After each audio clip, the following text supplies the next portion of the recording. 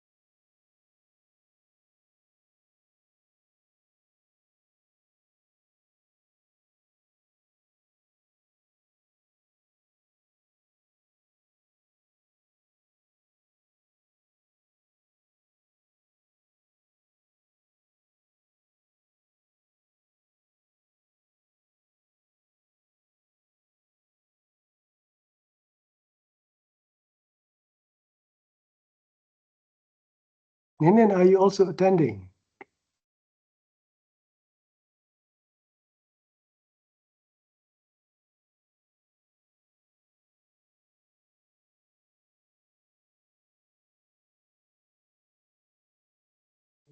She was here, right? She was a registrar there then. So this teaching is not only for IMTs? I don't know. That's why I'm asking. But anyway.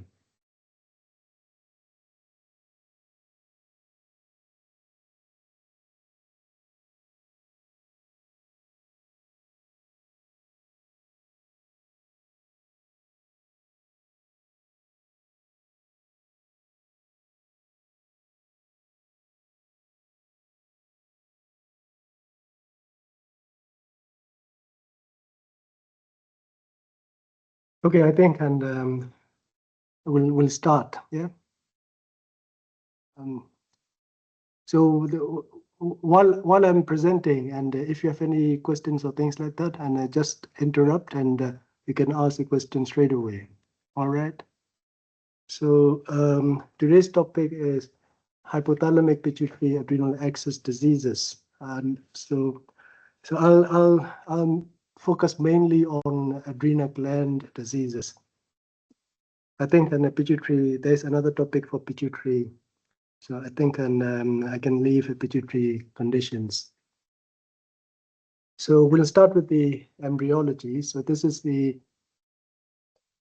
embryology of adrenal gland. As you can see, the cortex of the adrenal gland developed from the linear epithelium of the abdominal cavity, and the medulla is from the migration of the neurocrest cells from the back of the embryo. So that is why you can see the the ganglion cells both in adrenal medulla as well as the sympathetic ganglions. So because of that, and the cortex and medulla developed separately, that is why clinical disorders almost always affect either cortex or medulla, but not both. So that is why, and we rarely see Cushing syndrome and pheochromocytoma together. So adrenal disorders sometimes arise from unexpected places, so particularly paraganglioma. This is anatomy and histology. So if you cross-section the adrenal gland, this is adrenal medulla, and the cortex, there are three layers: glomerulosa, fasciculata, and reticularis. So from glomerulosa, and it secretes mineralocorticoids, and it controls salt metabolism. Glucocorticoids controls sugar metabolism basically, and the sex hormones, and it's for sexual function. So from adrena medulla is catecholamines. So you can easily remember like this. So this is, and when you look at the physiology of the adrenal cortex, all the adrenal hormones are synthesized from cholesterol. Cholesterol is the precursor molecule. So from cholesterol, after a series of the biochemical reactions, it finally develops into aldosterone, corticosterone, and cortisol. So aldosterone from glomerulosa layer, and cortisol from fasciculata, and this reticularis layer is for sex hormones. I think this cartoon will be useful when we discuss about congenital adrenal hyperplasia. So this is the physiology of adrena medulla. Adrena medulla is basically synthesis of catecholamines, and it's mainly from tyrosine. And after a series of biochemical reactions, finally, and the noradrenaline is synthesized. From noradrenaline to adrenaline, it is converted by the enzyme called COMT, catechol-O-methyl transferase. That COMT enzyme is only seen in adrena medulla, not in the sympathetic ganglia.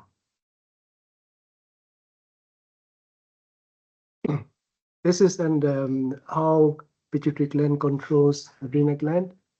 So from the hypothalamus, and it produces CRF, corticotrophin releasing factor or hormone, and it controls pituitary gland, and it stimulates pituitary gland to produce ACTH. So ACTH acts on adrenal gland, and from adrenal gland, it produces cortisol. Adrenaline is not dependent on ACTH, but it depends on sympathetic drive. And as you all know, there's a negative feedback mechanism from adrenal gland back to hypothalamus and pituitary gland. So this cartoon shows the diurnal variation of cortisol. So as you can see, cortisol level is the maximum and at 9 o'clock in the morning, and it wanes off. And at the lowest level, we see around the midnight time. And after that, it rises again, and starting from like 5 o'clock in the morning.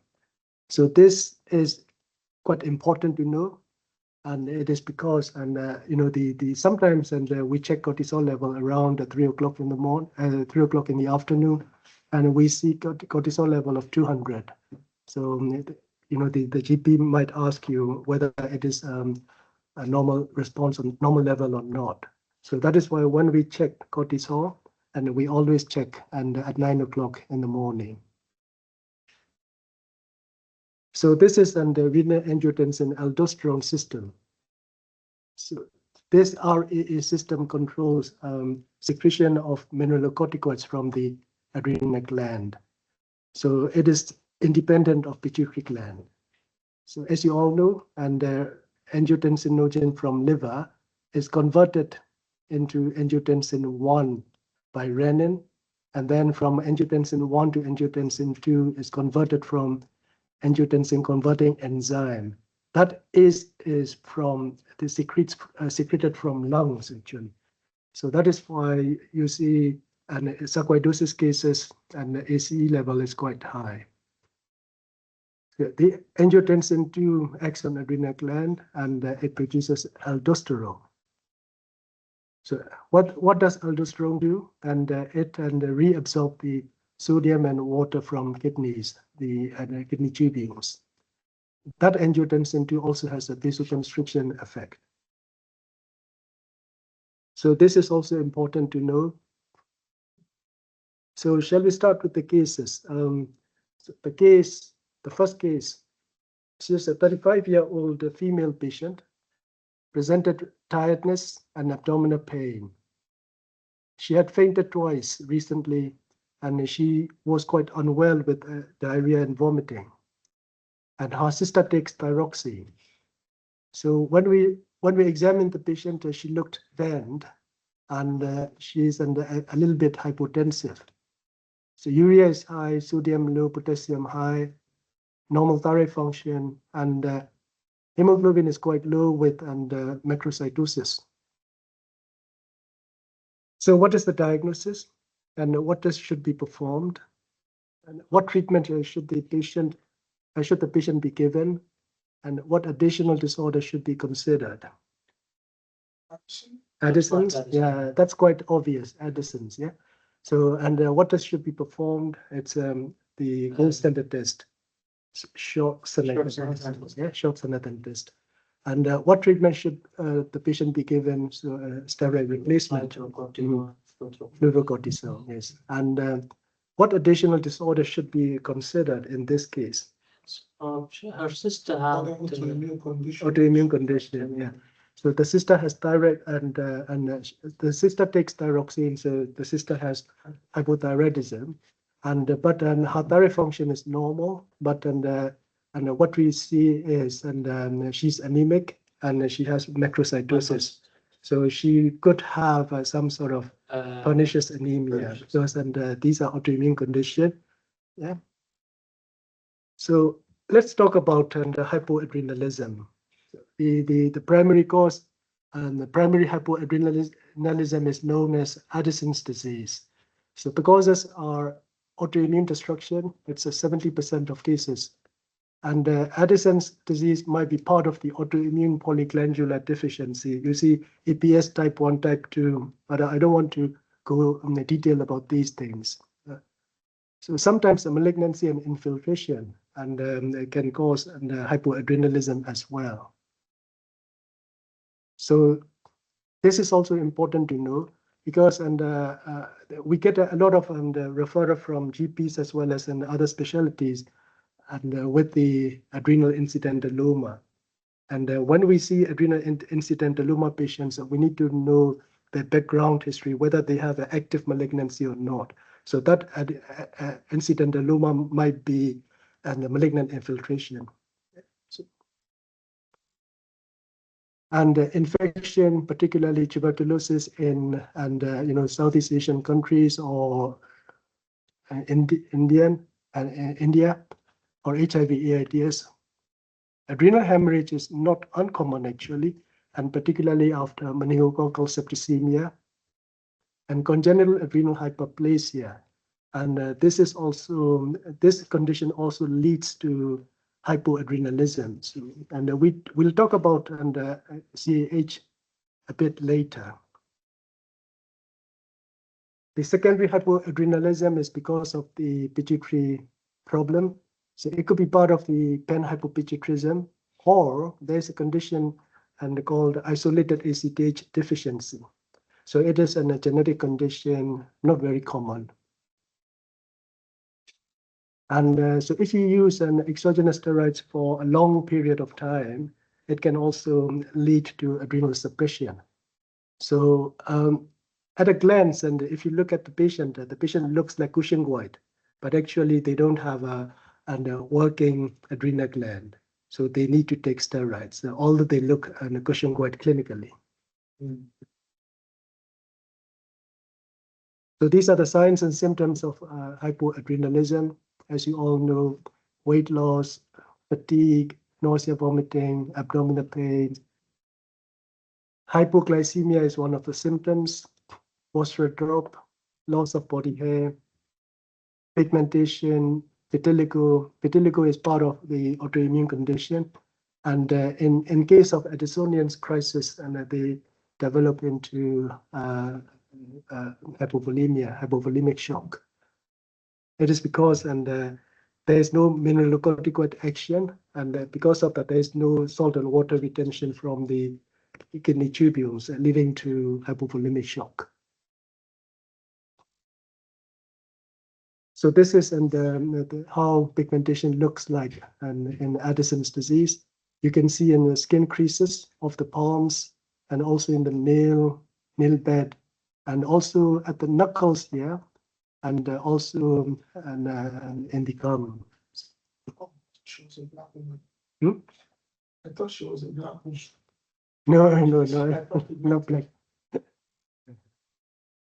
I'll ask a question. Mm.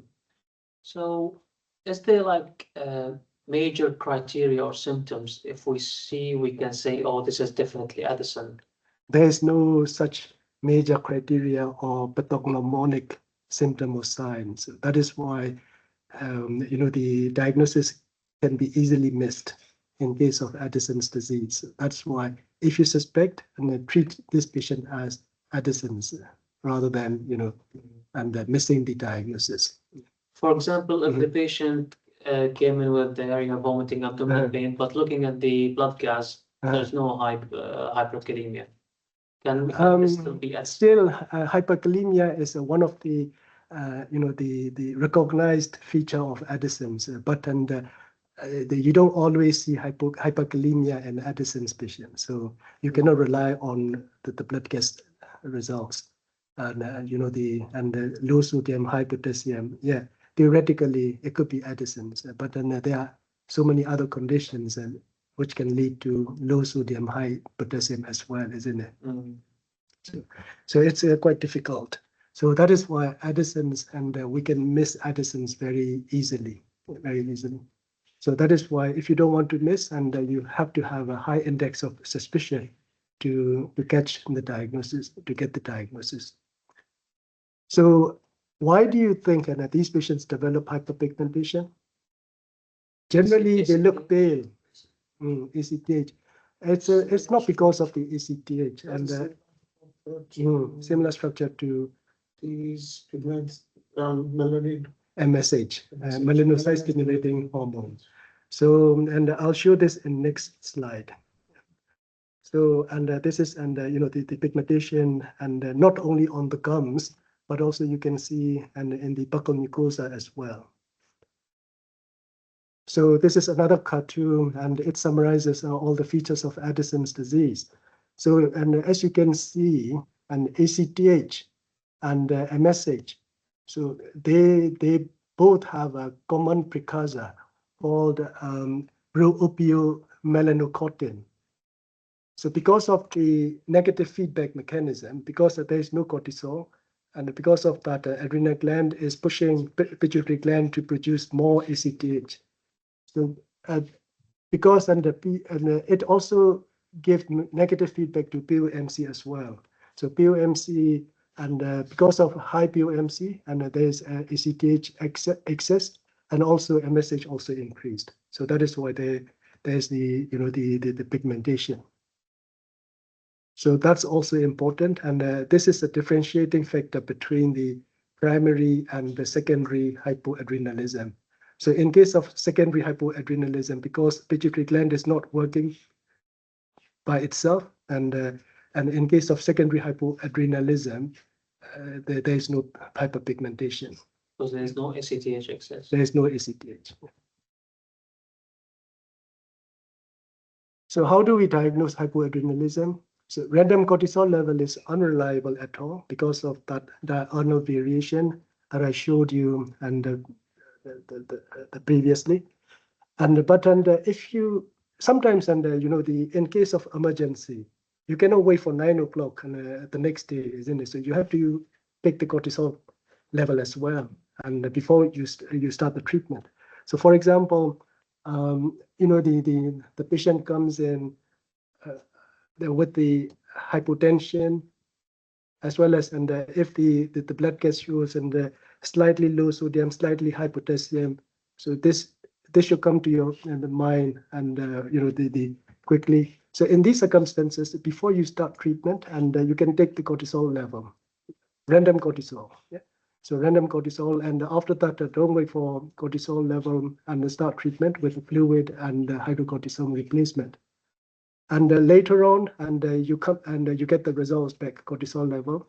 If it is more than 400, and it is unlikely to be Addison's at that point, and you can stop your emergency treatment, or you can review your diagnosis. So the gold standard test to diagnose an Addison's disease is Shop-Synapton test. So there's a saying in endocrinology: if you suspect underactivity of a gland, you try to stimulate it. So you try to stimulate it. However hard you try to stimulate, they are not going to respond. So this is how you do the Shop-Synapton test. Before you give the synthetic ACTH called synectin, you take the base of blood for cortisol and ACTH, and don't forget to take the ACTH in the basal blood. And it is because an ACTH will give you a lot of information about where the problem is. And after the basal test, and I give 250 micrograms of synectin, you can give intravenous or intramuscular. And after that, and 30 minutes later, you need to take another blood sample, but this time only cortisol, no ACTH. 30 minutes, and the cortisol level came back less than 500, and it confirms the diagnosis of Addison's disease. But that cutoff point, and that depends on laboratory to laboratory. So in this hospital, in ULHD, and the cutoff point is 450. So if it is above 450, and it is normal. This can happen any time of the day. No, that should be done at 9 o'clock in the morning. In the morning. So the basal test 9 o'clock, and the another test 9:30. But in case of emergency, you don't have time to do that, isn't it? So, and if your suspicion is very strong, and don't do that, and just take the random cortisol and start treatment. Okay. So hypoadrenalism treatment. So basically, and again, there's another saying in endocrinology: if it is missing, replace it. So in case of Addison's, and the 3 hormones can be missed because it affects the cortex, isn't it? Not medulla. So there will be no hypo, the adrenaline or noradrenaline, because the medulla is embryologically, developmentally, totally different from another the tissue. So if it is the primary hypoadrenalism, and you need to replace 3 main hormones. Number 1 is hydrocortisone, a corticosteroid. Number 2 is fluorocortisone, mineralocorticoid. But we don't need to replace sex hormones, because we get a sex hormone from testes and ovaries as well, isn't it? So, and the amount of testosterone or estradiol we get from adrenal cortex is very small amount. So we don't need to normally replace the sex hormone. So 2 main hormones that we need to replace. So these are hydrocortisone and fluorocortisone. So usual dose is, and this is a physiological dose, hydrocortisone 1055 with the fluorocortisone 100 microgram daily. In certain circumstances, they may need a DHEA as replacement. DHEA is a kind of a sex hormone, and we see in both male and female. So it controls the sex drive and libido and things like that, particularly in female patients. So in female Addison's patients, and they might have a low sex drive or things like that. If it is a case, we give a small dose of DHEAs.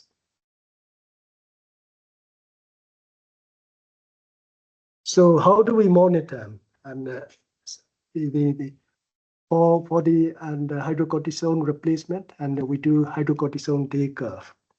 So hydrocortisone day curve is, so basically, we ask the patient to continue taking the hydrocortisone dose at regular intervals, and we take the cortisol level and at every 2 hours, starting from 9 o'clock up to 5 o'clock in the evening. So that cortisol level should run around 200, 300. So immediately after hydrocortisone dose, that should go up to like 400, 500. So if it is a case, and that shows that the current dose that they are taking is adequate. The hydrocortisone taker. So this is only for patients who are taking hydrocortisone tablets. So if they are taking prednisolone, they can also take prednisolone, and for steroid and replacement, we can do prednisolone taker. You don't need to know these things in detail. And renin activity, we can also measure renin activity to decide whether fludrocortisone replacement is adequate or not. So if it is adequate, renin activity should be in the normal range. If it is under replaced, what do you expect renin level to be? High, because there is no mineralocorticoid. So mineralocorticoid also has a negative feedback on RA system, so renin is very high.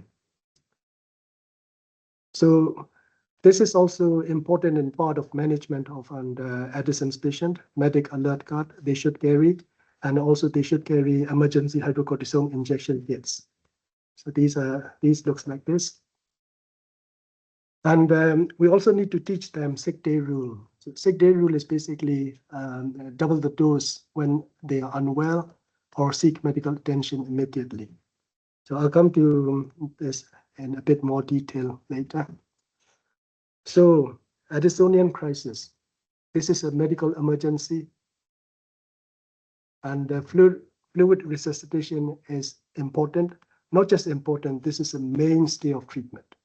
Because there is no mineralocorticoid activity, and they lose salt and water, and because of that, they develop hypotension and shock. So that is why, the in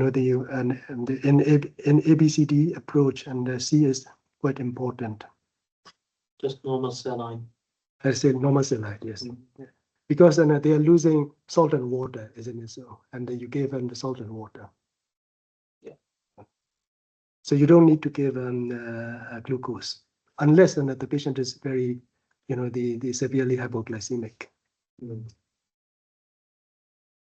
So, and after, after replacement, after initial treatment, and when the patient becomes more stable, and refer these patients to endocrinology, and they will take all the headaches. So, and later on, and they might do Shots-Natten test. But if you do the random cortisol, and the cortisol level came back like 20, 30, you don't need to do Shots-Natten test. It itself confirms the diagnosis. Particularly in the stressful condition, we expect a cortisol level of 300 minimum. If you see cortisol level of 20, 30, it's nothing. So you don't need to do Shots-Natten test. Did you see that? Yeah, a lot. But then, before you interpret on that cortisol level, make sure these patients are not taking steroid. If they are taking steroid, like, for example, the rheumatoid arthritis patient, they are taking high dose prednisolone, and their cortisol can be low. So it is because of the Exogenous steroid. But then again, these patients need a hydrocortisone treatment because they have a hypoadrenalism. But you cannot diagnose as Addison's disease, but they do have a hypoadrenalism. Despite them taking prednisolone. Yeah. How come? Because they are taking exogenous steroid for a long time. So because of that, and the adrenal gland becomes lazy. The adrenal gland is suppressed. So in this case, we need to increase the dose of prednisolone. Yes. Right. And increase the dose of prednisolone. And so when they become well again, and they can reduce back to their usual dose of prednisolone. They cannot stop the prednisolone. Yeah. But then what I want to say is, and if they're taking prednisolone or very high dose steroid, and their endogenous cortisol level can be quite low. And another thing is, the laboratory, when we check cortisol level, there's an interaction between cortisol and hydrocortisone. So if they are taking hydrocortisone, their cortisol level can be falsely normal.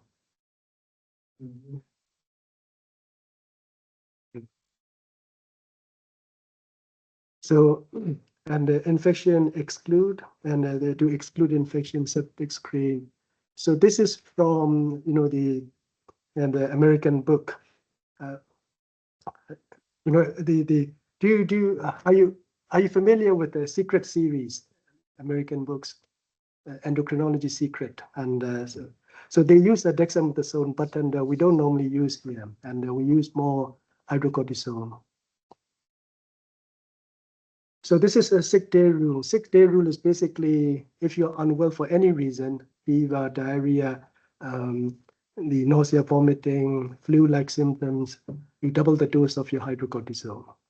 You don't need to double the dose of fluorocortisone if they're taking fluorocortisone. So it is because that fluorocortisone mineralocorticoid is controlled by different pathway, not from pituitary. It's not stress related. So you don't need to increase the dose of fluorocortisone.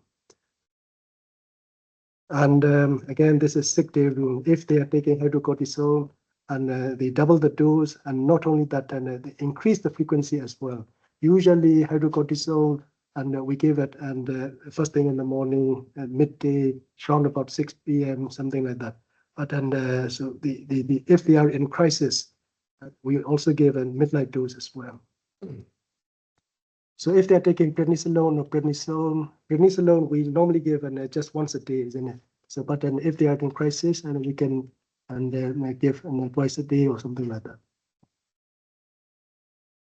So, and when they are undergoing surgical procedure, again, the principle is, and you can see this on that website, and Edison's, and the self-help group. So it depends on what type of procedure you are going to do, but then the principle is, and I give hydrocortisone intravenously before, during the operation, and post-operatively. So this is the dose equivalent of different types of steroid. So we usually use hydrocortisone. Hydrocortisone 20 milligrams is equivalent to 5 milligrams of prednisolone or prednisone, and 0.75 milligrams of dexamethasone. And I think, and this is also good to know. This is anti-inflammatory effect, and this is relative mineralocorticoid effect. So even if they are corticosteroids, they do have a slight mineralocorticoid effect. So I'll explain this to you later on. Yeah. So, but dexamethasone has no mineralocorticoid effect. So if they are taking dexamethasone, they don't have a salt and water retention. But if they do take a steroid or prednisolone or hydrocortisone or prednisolone, sometimes they complain of the edema or things like that, and it's because of the salt and water retention effect. So I include this, and the particularly this is a real case scenario, real case. So this is 19-year-old female patient, and the background history of ADHD, and otherwise no other past history, admitted to hospital with 4-day history of vomiting, reduced urine output, and lethargy. On examination, hypotensive, dehydrated, oliguric, and the system examination unremarkable. So these are her blood tests, and she's in AKI stage 3. So initially more than 90. When she came in, it's only 16. Low sodium, high potassium, very typical, yeah. And calcium is also marginally raised. So this is, and hypercalcemia, mild hypercalcemia can be seen in many endocrine conditions, including hypoadrenalism. So other conditions like thyrotoxicosis or Cushing syndrome, or not Cushing, sorry, and acromegaly. So, and you see the mild hypercalcemia as well. And the CRP is quite high, and the white cell also high.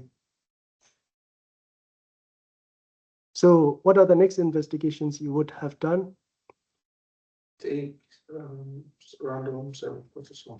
Yes, and then now you are aware of the condition, so that's why you get the right answer. But so at that time, and they overlooked the Addisons.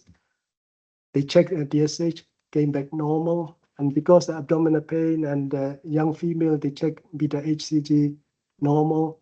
Chest X-ray show biobasal consolidation, and because of the AKI stage 3 ultrasound kidneys, but no signs of obstruction. And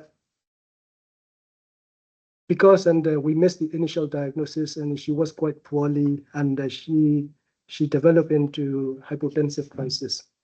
She dropped her blood pressure, and after 48 hours, met call because on a new score of 12, blood pressure quite low, tachycardic, tachypneic, and also saturation low.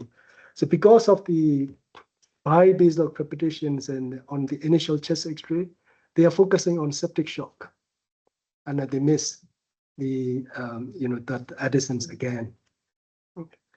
So you can see how and blood the blood test CRP is rising from 170 to 221. So they are focusing on septicemia and the septic shock. And they didn't give hydrocortisone. No, and I'll come to that. So transfer to intensive care. So they gave a very good antibiotics, and she even need a BiPAP. Over the next 4 days, she improved significantly. And so because she improved clinically, they think it is a septic shock. And the urine output improved 100 mL per hour, and the blood sugar also normal, and improved blood tests. So the investigation results support their impression. Yeah. So because when she came in and she was in AKI stage 3, they even do the Benz-Jones proteins and things like that. So it's misleading to other conditions, other causes, rather than focusing on the Addisons. So because she improved after like 4 or 5 days of intensive care, they discharge. They discharge. Yeah. So second admission. So it is in just Same patient. Same patient. Second admission, like 2 weeks after the first discharge, she came back. And she's and at home she continues to vomit, worsening lethargy, reduced appetite, weight loss, and a general decline in health. And she could barely manage to walk because she has no energy. So on examination, she appeared quite unwell, dehydrated, with vague abdominal pain, which settled with paracetamol. She's using 6, but not as bad as the last time. So again, Heart rate 147. sorry, what? She's tachycardic. Yeah, she's tachycardic. Yeah. So tachycardic because she's hypotensive, isn't it? So again, she's going into that hypovolemic shock. So blood gas show respiratory alkalosis with metabolic acidosis. Addison's disease, metabolic acidosis we see. Because of the metabolic acidosis, they are hyperventilating to wash out the excess carbon dioxide from the body. So it leads to respiratory alkalosis. So it fits in with the Addison's picture. Chest X-ray NAD this time. So they don't know what's happening, what's going on. And these are blood results. These are the blood results on discharge from the first admission. It's only like 20 days. No, 10 days.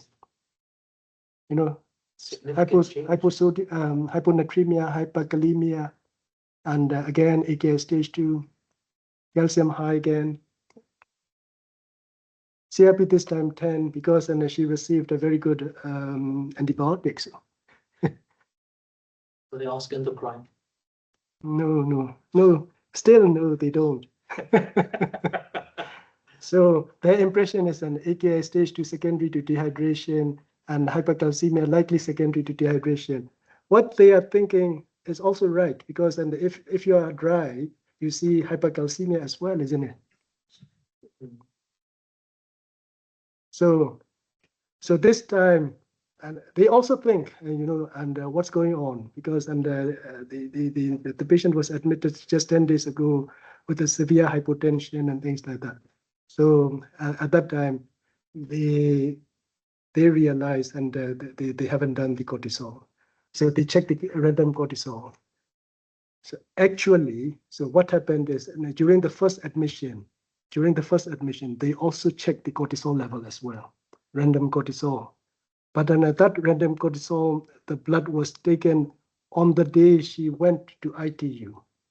So because the patient was transferred from one ward to another, the original team who checked the cortisol level, and they didn't chase the result. Because they didn't chase the result, they missed. And the ITU And the ITU also didn't know this been checked. And also there's no, what shall I say, no handover between the two teams. So that's why that cortisol level was missed.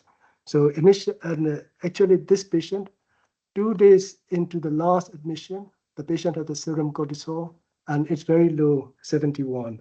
So the 71 is not as low as 20, but still it's below 100, isn't it? So during her first admission, she's very unwell with the severe pneumonia. So in normal patient, normal stress response, we should expect cortisol of like 400, 500 minimum. So although they checked it, and because they didn't chase, they missed. And the ITU also missed. They discharged from ITU.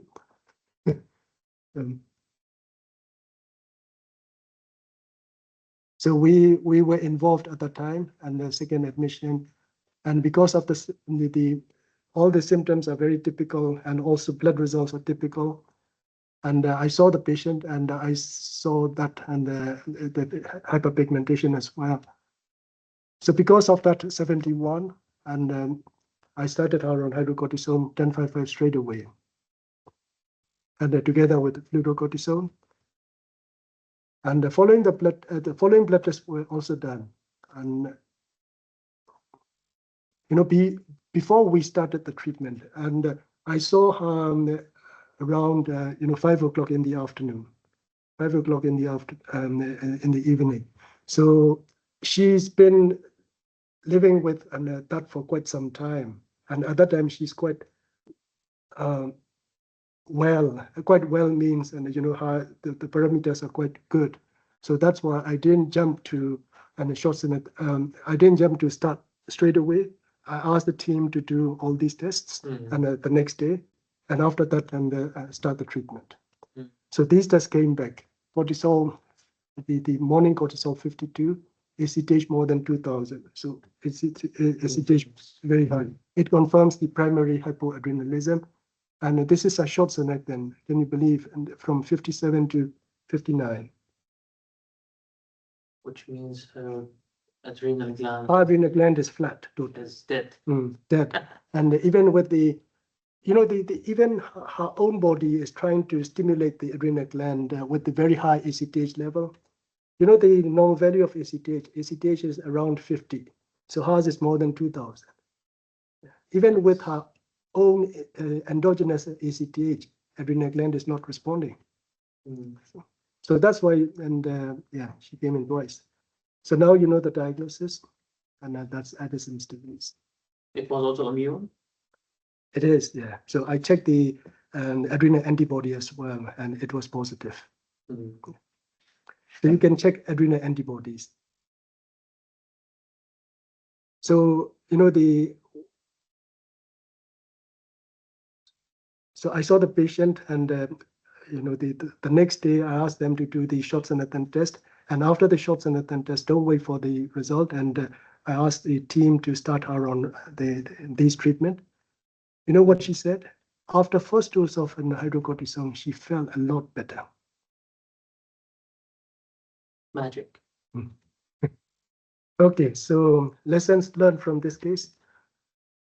To get the diagnosis of Addison's, a high index of suspicion is very important. And also, you know, if you requested a test, and this is your duty to follow. Yeah. And also, if the patient is moving from one ward to another, particularly to ITU, handover and the proper handover is very important. Yeah. Okay. So any questions about Addison's? Addisonian crisis, is there any difference if we give IV or oral hydrocortisone? Or just There is difference. There is difference because they are hypotensive, isn't it? The when you have a low blood pressure, you know what happens? When you have a low blood pressure, it's a body defense mechanism. So which organ is more important in your body? The brain, heart, and kidneys. So, and if you have a low blood pressure, the body, you know, they choose brain, the heart, and the kidneys to supply blood first. So because of that, and the blood supply to your gut and to your skin might be low. Because there is a low blood supply to your gut, the absorption is very poor. So we give up. After absorption, what happens? And these drugs goes into portal circulation, isn't it? Mm.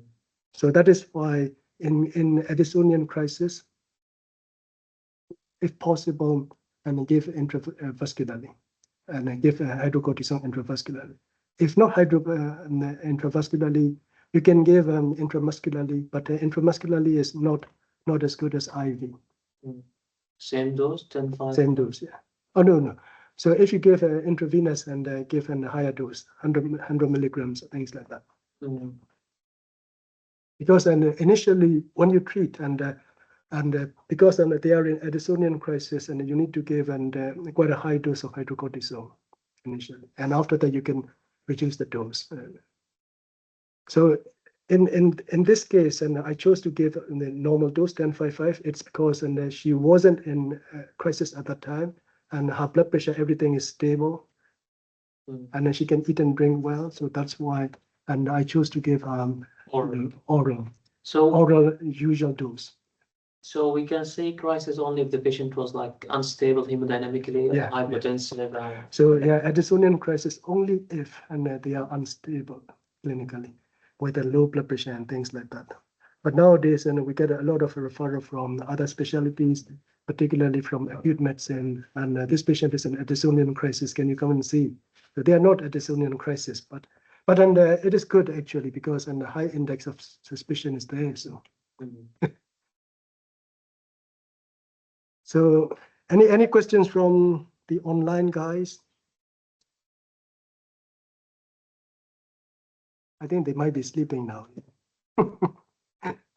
No questions, thank you. Okay, so shall we move on to different topics? So this is congenital adrenal hyperplasia, and again, this is one of the causes of hypoadrenalism. So this you see low cortisol and low aldosterone in salt wasting patients, salt wasting type of CAH, and ACTH is very high, and they do have a high sex hormones. So I'll explain to you why we see that sort of picture in CAH patients. So because of the high sex hormones, and if the female has a high testosterone, they do have ambiguous genitalia like this. And in males, and they develop into precocious puberty. So if it is the typical classical CAH patients, and they present in a young age, like under 4 or 5 years of age. So they also have hirsutism, irregular menstruation in female patients, and infertility. So ACTH level is very high, and that diagnosis is again Schwarzenegger test, ACTH stimulation, and measure cortisol level. To get the exact cause of CAH, and you need a genetic test. And the treatment is the same, and a glucocorticoid plus or minus mineralocorticoid. I put the under plus or minus because in some cases of CAH, they don't need mineralocorticoid. So, and this cartoon is again important. This is a most common type of CAH, 21 hydroxylase deficiency. You see in 95% of patients. So that enzyme is missing. Because that enzyme is missing, you don't have these hormones. So they don't have corticosteroid hormones, they don't have aldosterone. Because they don't have aldosterone, they are salt wasting. They might come in with the hypotension. Because this enzyme is missing, all the pathway goes this way and leading to high testosterone and estradiol level. So virilizing patients, ambiguous genitalia, and shortened final height. It's because the testosterone stimulates to close the epiphysis early. So because of that, they don't grow anymore. And if we don't treat them properly, they might end up having short stature and things like that. So that's why if we come across the patients with short stature, we consider that as CAH as one of the possibilities. So another type of CAH, and 5% of cases, and this enzyme is missing. This enzyme is missing, so they don't have aldosterone, corticosterone, or cortisol, but they do have an deoxycorticosterone or deoxycortisol. So as I said before, this cortisol has some mineralocorticoid effect. So because of that, sometimes they do have a high blood pressure. Although they don't have an aldosterone, they do have deoxycorticosterone because of that, and they present with a high blood pressure. So in these patients, we don't need to give a fludrocortisone. The only thing to replace is hydrocortisone. Yeah. These are the rare types, and 17 alpha hydroxylase deficiencies. There's no sex hormones at all, so sexual infantilism. So all the pathway goes this way. So, and they do have a very high blood pressure. And this is rarest type, and this enzyme is missing, 3-beta, the HSD enzyme. Because there is no pathway at all, so there's no steroid and there's no aldosterone. They do have a severe salt wasting. So CAH management, steroid replacement. So in these circumstances, and we prefer the dexamethasone. It is because the dexamethasone has very minimal and mineralocorticoid effect. If they do have the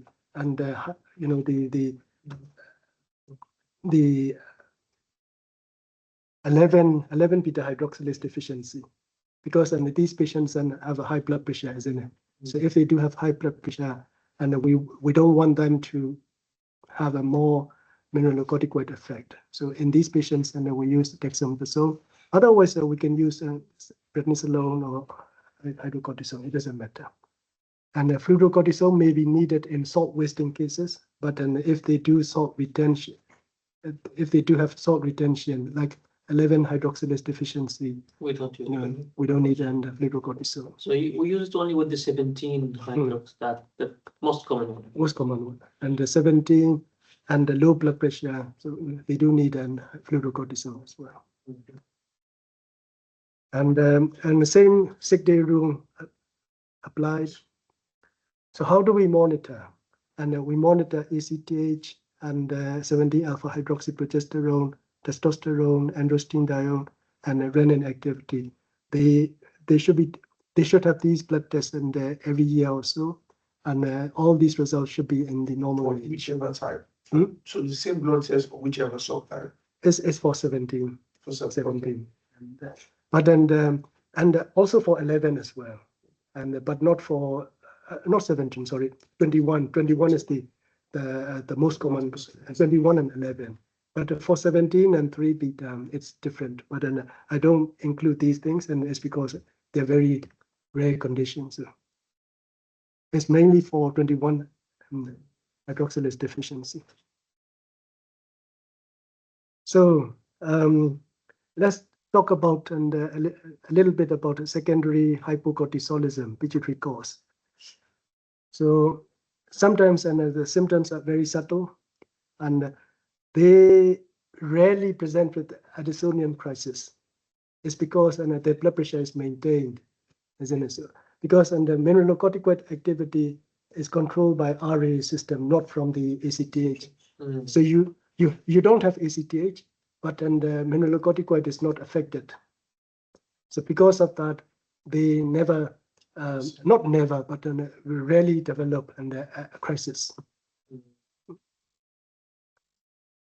It could be part of hypopituitarism or isolated ACTH deficiency. And this is a well-known cause of an isolated ACTH deficiency, TPIT mutation. Features of Addison's similar, but the symptoms can be very slowly progressive. So, to get the diagnosis of Addison's, it's quite difficult. To get the diagnosis of secondary hypocortisolism, it is even more difficult. Impossible. So unlike primary, there is no skin pigmentation because the ACTH has similar MSH effect. So because they don't have any ACTH, there's no skin pigmentation, or there's no salt wasting because RA system is independent of ACTH. So short senator tests might be normal in these cases. It is particularly in early cases because the adrenal gland is working. Oh, yeah. Yes. Problem is So the pituitary. problem is the pituitary problem. So the missing hormone is ACTH. So senectin is basically synthetic ACTH. If you give ACTH, the adrenal gland will. Since it might be normal in early cases, why won't it be normal? Because you expect it to be normal. So why we make it not normal? Like I would expect that when you give this vaccine, but why will you not respond?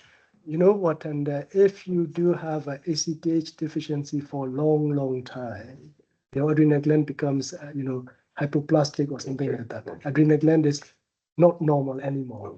Yeah. It is because of the prolonged deficiency of the ACTH.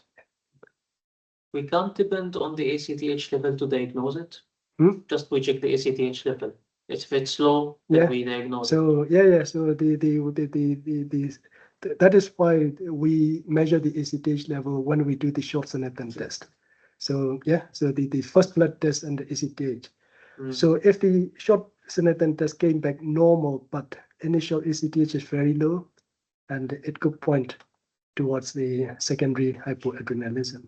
So why do we need the intolerance, insulin tolerance, or glucagon? No, sometimes and the diagnosis is not straightforward. So even if you do the ACTH and the ACTH came back like, the normal ACTH is between 7 and 60 or something like that. If it comes back like 15, how do you interpret? It's quite impossible to interpret. You cannot say it is normal. So that is why in very gray cases, and if you want an exact diagnosis, this is the gold standard test, the insulin tolerance test or glucagon tolerance test. So this test stimulate the. So what happens is an insulin. What does insulin do? And it makes you hypoglycemic.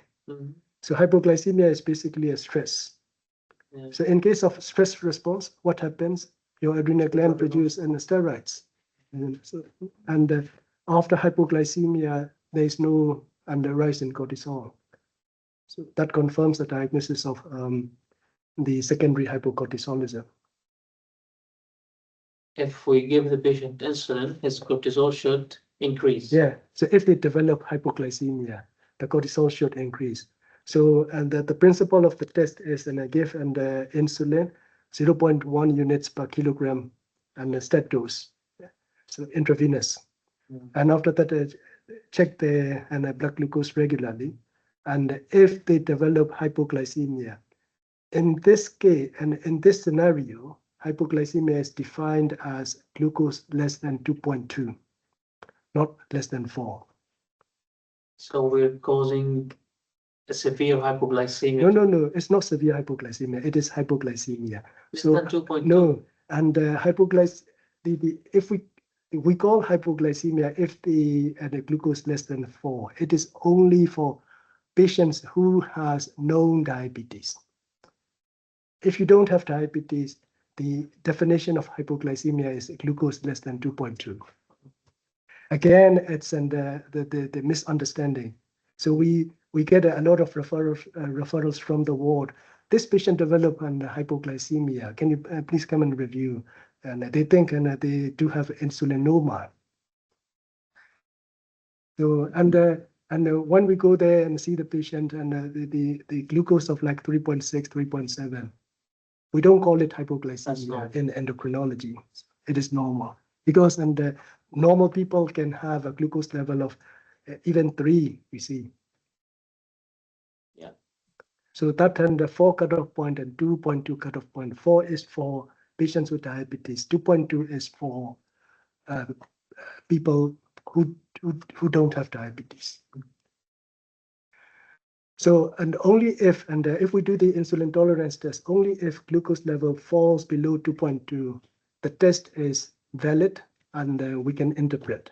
Otherwise, we cannot interpret. Below 2.2. What if the patient lost consciousness or become? No. They don't normally become unconscious.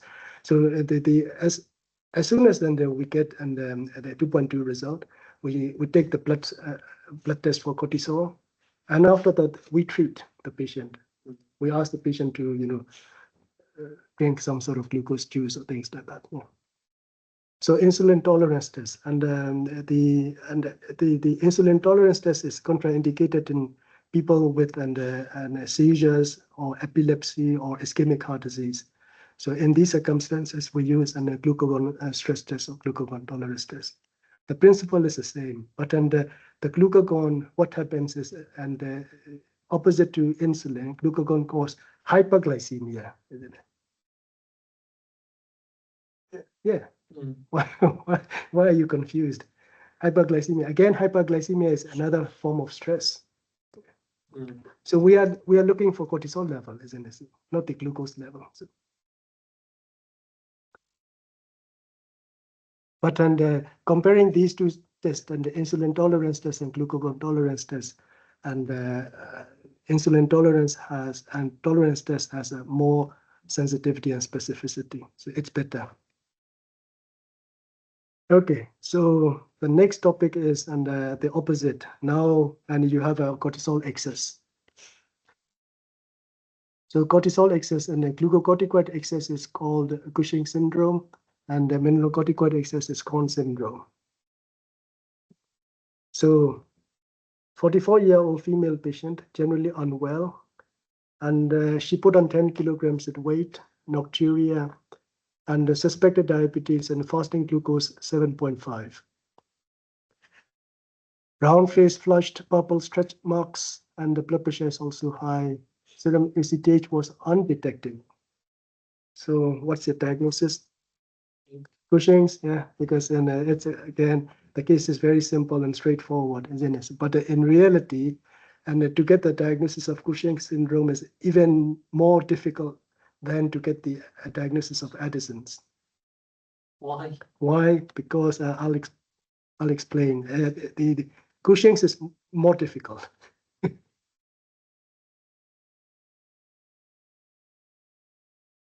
So Cushing syndrome, named after Harvey Cushing, and it's noted in 1912, obesity and hirsutism.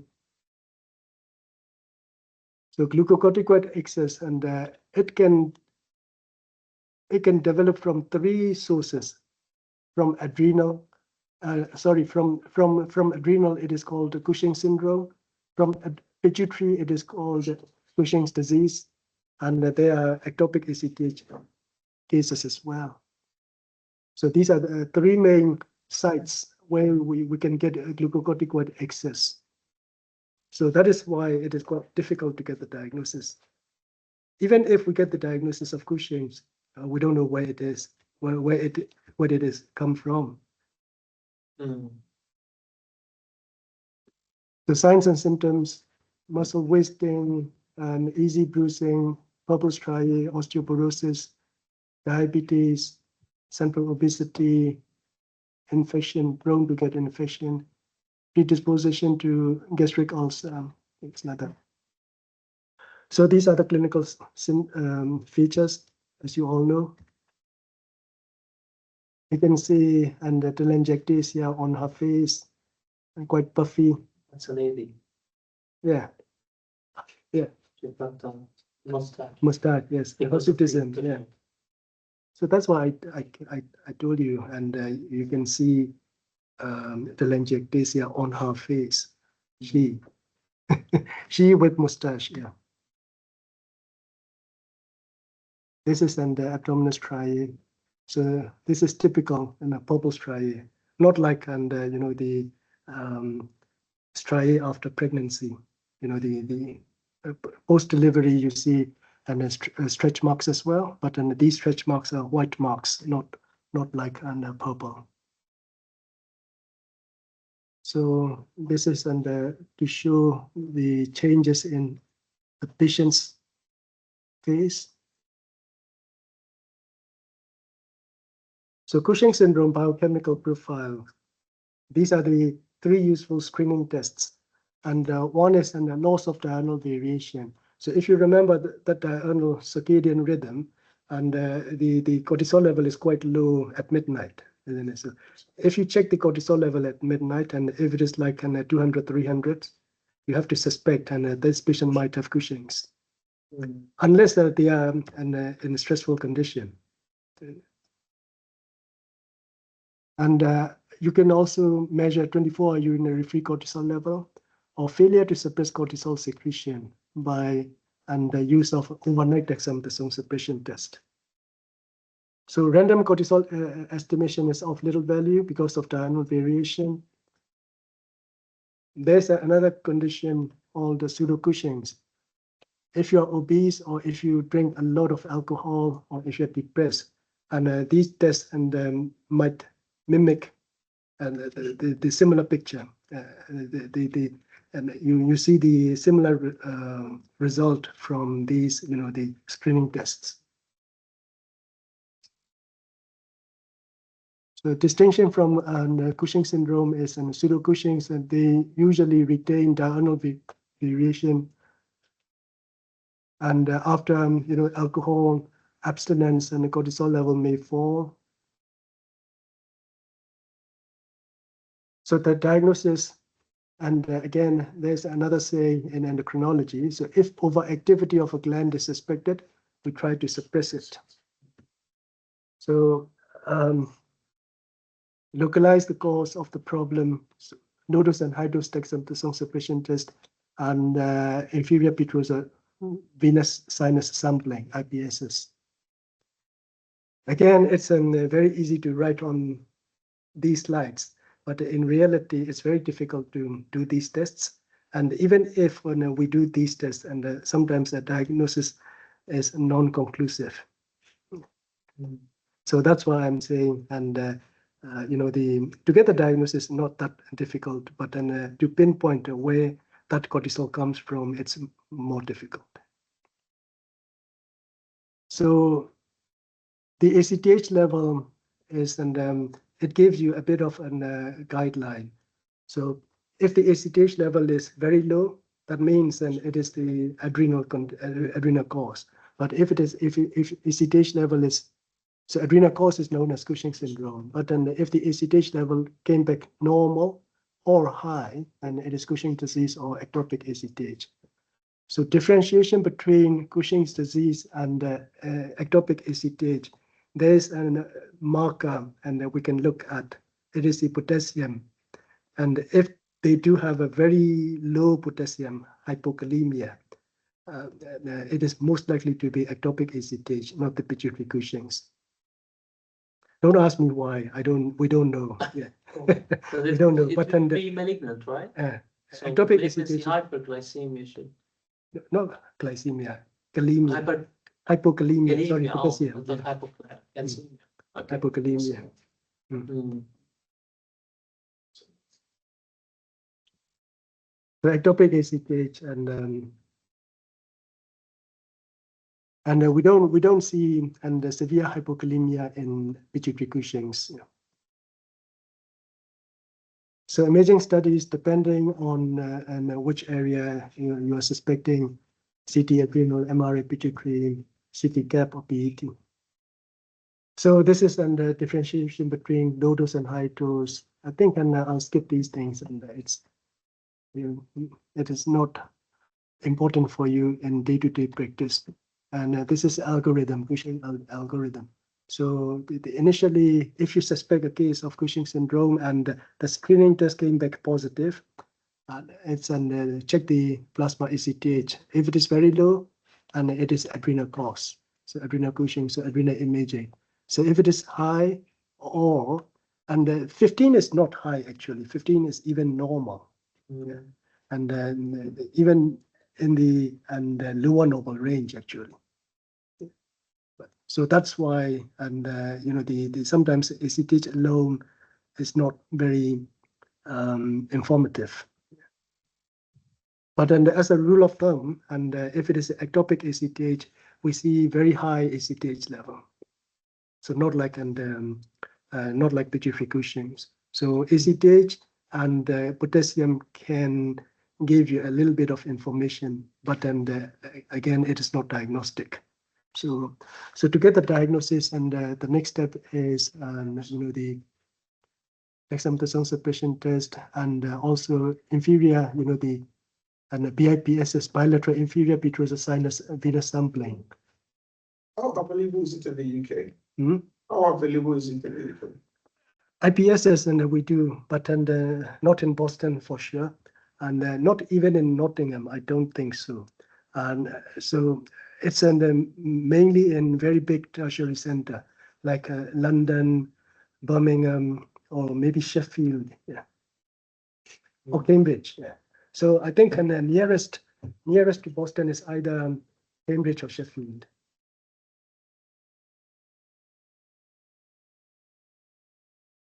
And even after IPSS, and the diagnosis might be inconclusive.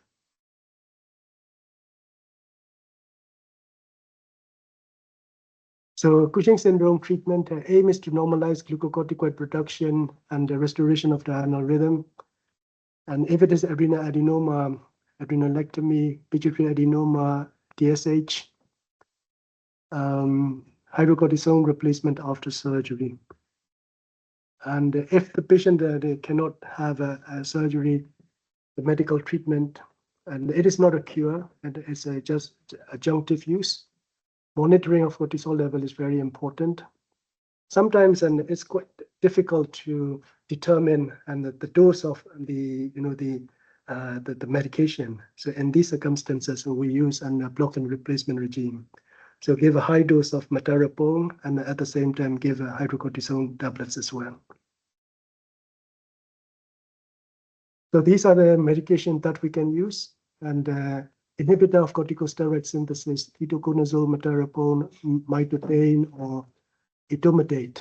These and medication and inhibits, and if you remember that in a steroid pathway inhibit different enzyme levels. Yeah. And the glucocorticoids receptor antagonist, we can use that, and if it is in Cushing's disease, and we can use this, it is something like octreotide, but it is not octreotide, it's a pasireotide. So does it give like a negative feedback? No, this is not negative feedback. It reduces the ACTH secretion straight away. Directly. Directly.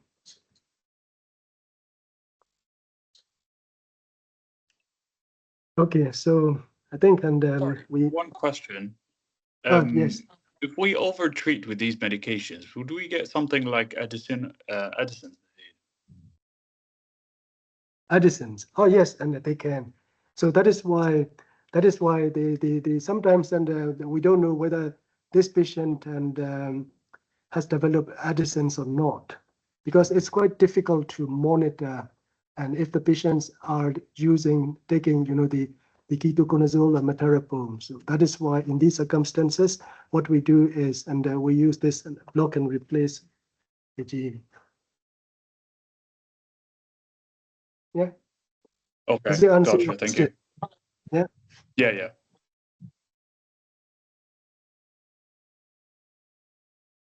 So, any questions? At least it's a good sign, and they are not sleeping. So I'm like. So the next case is a 55-year-old male patient, 2 years history of hypertension, muscle weakness, especially proximal muscles. And hypertension is very difficult to control, needs 4 different antihypertensives to control systolic blood pressure to maintain at 140. And use and issues a long-standing hypokalemia. Now I think you got a diagnosis. Yeah. So likely diagnosis is CONS, and how will you diagnose? And to measure the aldosterone-renin ratio, and what's the treatment? And it depends on what we find after investigations. So CONS syndrome, it's a mineralocorticoid excess. And it is because of the tumor of the zona glomerulosa. In other words, adrenal adenoma or adrenal hyperplasia. So the presentation usually with the hypokalemic hypertension. Again, high index of suspicion in these cases is also important to get the diagnosis, because the symptoms are quite vague. And features of hypokalemia, if they do have a severe hypokalemia, muscle fatigue, tiredness, these sort of things. CONS syndrome is not very rare actually, compared to Cushing's, and it is more common, CONS syndrome, and even more common than Addison's actually. So to get the diagnosis and assessment of the renin-angiotensin aldosterone axis. So before we measure aldosterone and renin levels, and if they are using these medications, we have to stop for 2 weeks. And if they are on spironolactone, for 6 weeks. So the diagnosis is aldosterone is raised or upper normal with the suppressed plasma renin activity. So if you measure the ratio between aldosterone and renin, that ratio is very high. So, and after biochemically diagnosed, and we need to do the imaging, including CT scan of the adrenal, and if necessary, we do the adrenal vein sampling. So the reason we do the adrenal vein sampling is, and biochemically CONS syndrome, yes. And if you do the CT adrenal, and you see the adrenal nodule on the right side, are you going to remove the right side straight away? You need to be sure. You need to be sure, because it could come from adrenal hyperplasia as well, isn't it? So after you have removed the right, and the blood pressure is still not controlled, it's because and you cannot remove both adrenal. So that is why before you do the surgery, you need to confirm and from which adrenal gland that excess mineralocorticoid comes from. Do we do it for both?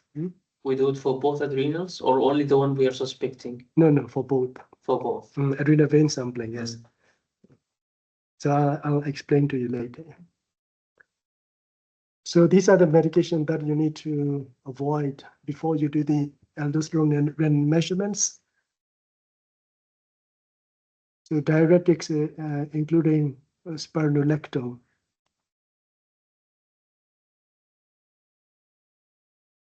So this is how we do adrenal vein sampling. So adrenal vein sampling, and you put the venous catheters in 3 different places: right and left adrenal veins and the inferior vena cava. So when you put the catheter in the inferior vena cava, you need to make sure that catheter is below the renal veins, below the renal veins. And after that, and you take venous samples from these three sites, right adrenal vein, left adrenal vein, and inferior vena cava for aldosterone and cortisol levels. And again, you need to make sure your catheters are in the adrenal veins because adrenal veins are very small. Sometimes, and it might not be adrenal veins. So if it is not in the adrenal veins, you don't get the right, the measurement. So to confirm and they are in the adrenal veins and they're, I shouldn't use the word right here. So it might be confused with the right adrenal veins. No, and in both adrenal veins, the cortisol level in adrenal veins should be more than 2 times that of the inferior vena cava. Yeah. In some centers, we use ACTH stimulation to make sure cortisol and they are secreting cortisol. Yeah, and 20 minutes before and a venous sample collection. So interpretation is based on these two index, lateralization index and contralateral suppression index. So lateralization index is, the aldosterone cortisol ratio in the dominant side, so your suspected side. So, and you ratio between the ACR dominant and ACR contralateral, and if it is more than 2, it suggests the unilateral disease. And you also need to have this and the index right. Contralateral suppression index is, the ACR contralateral ratio to ACR inferior vena cava is less than 0.5. Again, it suggests a unilateral disease. You don't need to remember these things. So Cone syndrome treatment is, if it is adenoma, operation. Sometimes, and if it is an adrenal hyperplasia, medical treatment. So you can use spironolactone or eplerenone. So spironolactone is a non-selective mineralocorticoid and antagonist, but an eplerenone is specific aldosterone antagonist. If you remember that and the steroid and the pathway, and not only aldosterone has mineralocorticoid effect, other precursors also have the mineralocorticoid effect. So spironolactone, it is not specific for aldosterone.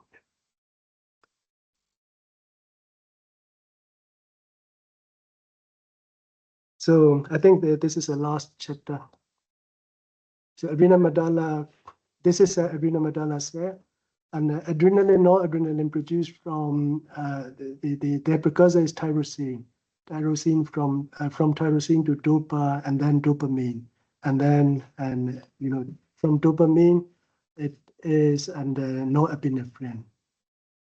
Norepinephrine, and from conversion norepinephrine to epinephrine is this enzyme PNNT. The metanephrine are basically metabolites of epinephrine and norepinephrine. So this is COMT. So that COMT enzyme. So these are effects of catecholamines.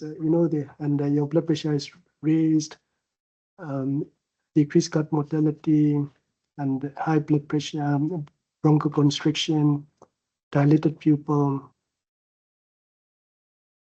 So 44-year-old male patient, and I saw his GP for headache. His partner noted several occasions when he had gone extremely pale and appeared ill. And he also complains of palpitations during these events. Blood pressure is high, otherwise unremarkable. So what diagnosis? So we are talking about adrenal medulla, so it's a pheochromocytoma. Yeah? So what investigations are appropriate? Methanephrine levels. Methanephrine levels. Methanephrine is so the catecholamines metabolites. Yeah. So if metabolites are high, so then it is pheochromocytoma. So pheochromocytoma is not very common actually. So rare tumor of adrenal medulla and sporadic or part of familial syndromes, multiple endocrine neoplasia. there's a 10% being 10% malignant, 10% extra-adrenal paraganglioma, and 10% inherited. So presentation, these are the presentations: hypertension, throbbing, headache, palpitations. So these are clinical features: sustained or episodic hypertension. The patient looks anxious, sweaty, heat intolerance, pallor, flushing, feeling apprehension, pyrexia, headache, paresthesia, palpitations, chest pain, postural hypotension is also common. And sometimes they do have some GI symptoms. So this is a classic triad: severe sudden headache with severe sweating and palpitations. So if they do present like this, it is 94% specific and 91% sensitive. So these are the syndromes associated with FEAL. As you all know, MEN2A, 2B, von Hippel-Lindau, neurofibromatosis, familial paraganglioma. So I have a case with neurofibromatosis, pheochromocytoma, and primary hyperparathyroidism.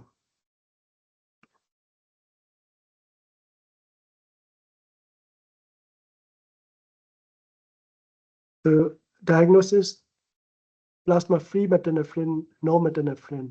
So when you request for free methanephrine, normethanephrine also included in that test. This is most sensitive, but not specific. And if you want a specific test, and 24 urinary total metanephrines. So if it is from adrenal tumor, it is called a pheochromocytoma.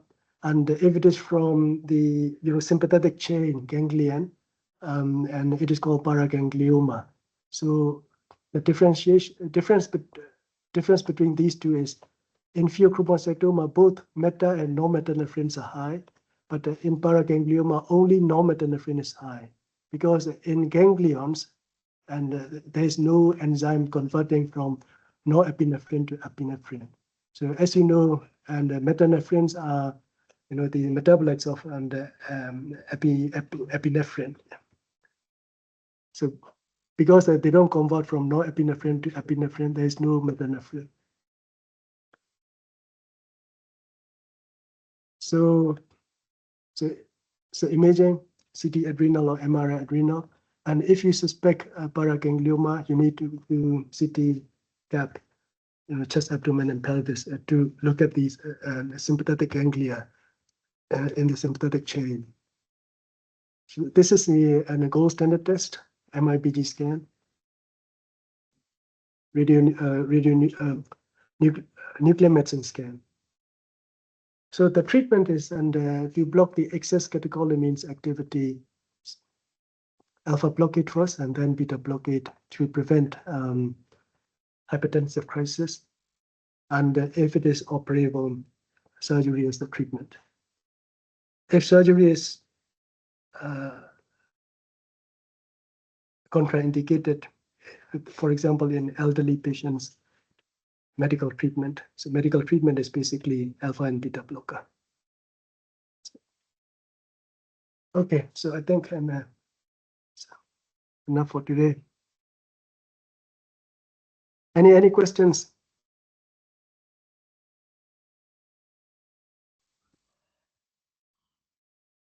Thank you very much. No. Okay. It's good. And can I just ask? Yes. The adrenal vein sampling, who does that procedure and how do we arrange that? Is that something a physician does, or? And your question is, and if you want to organize adrenal vein sampling, how do you organize? Is that right? Yes. Yeah, that's right. Well, and basically, we don't do adrenal vein sampling in whole of Lincolnshire. So if we need, we need to refer these patients to either Nottingham or Sheffield or Cambridge. But then from Boston, we normally refer to Nottingham. So they do adrenal vein sampling in Nottingham. And so for Lincoln patients, refer to Sheffield, because in the Sheffield, Sheffield is closer to Lincoln, isn't it, compared to Nottingham. So we refer these patients to tertiary centers, and after the interventional radiologist does the test, adrenal vein sampling. Okay, thank you. So even after adrenal vein sampling, it is like the inferior pituitary sinus sampling, and sometimes a diagnosis is not confirmed. So in these cases, how do we treat? And we treat medically with mineralocorticoid antagonist like spironolactone or abiraterone. Thank you. Okay. Any questions?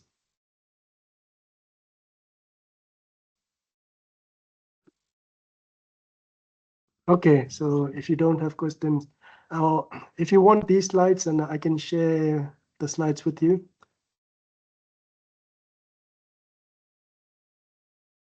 That would be helpful, Dr. Htwe. Yes, please. That would be great. Thank you. So I'll send these slides to Mustafa. Yeah. So I'll send it to WhatsApp. and Mustafa, and you send it to everybody. Yeah. Yeah. Okay. And do you have an access to Lincoln guys as well? But then I'll send. You send them them an email. the Lincoln rep or something. The IMT rep from Okay, Lincoln. Yeah. I'll find out from Anya. Or we get the email from Anya, and I think in that email everybody is included, isn't it? So Yeah. you can reply to that email. Yeah. Okay, so if you don't have any more questions, that's it for today. Yeah. Thank you, Lucas. Thank you. Thank you, Dr. Htwe.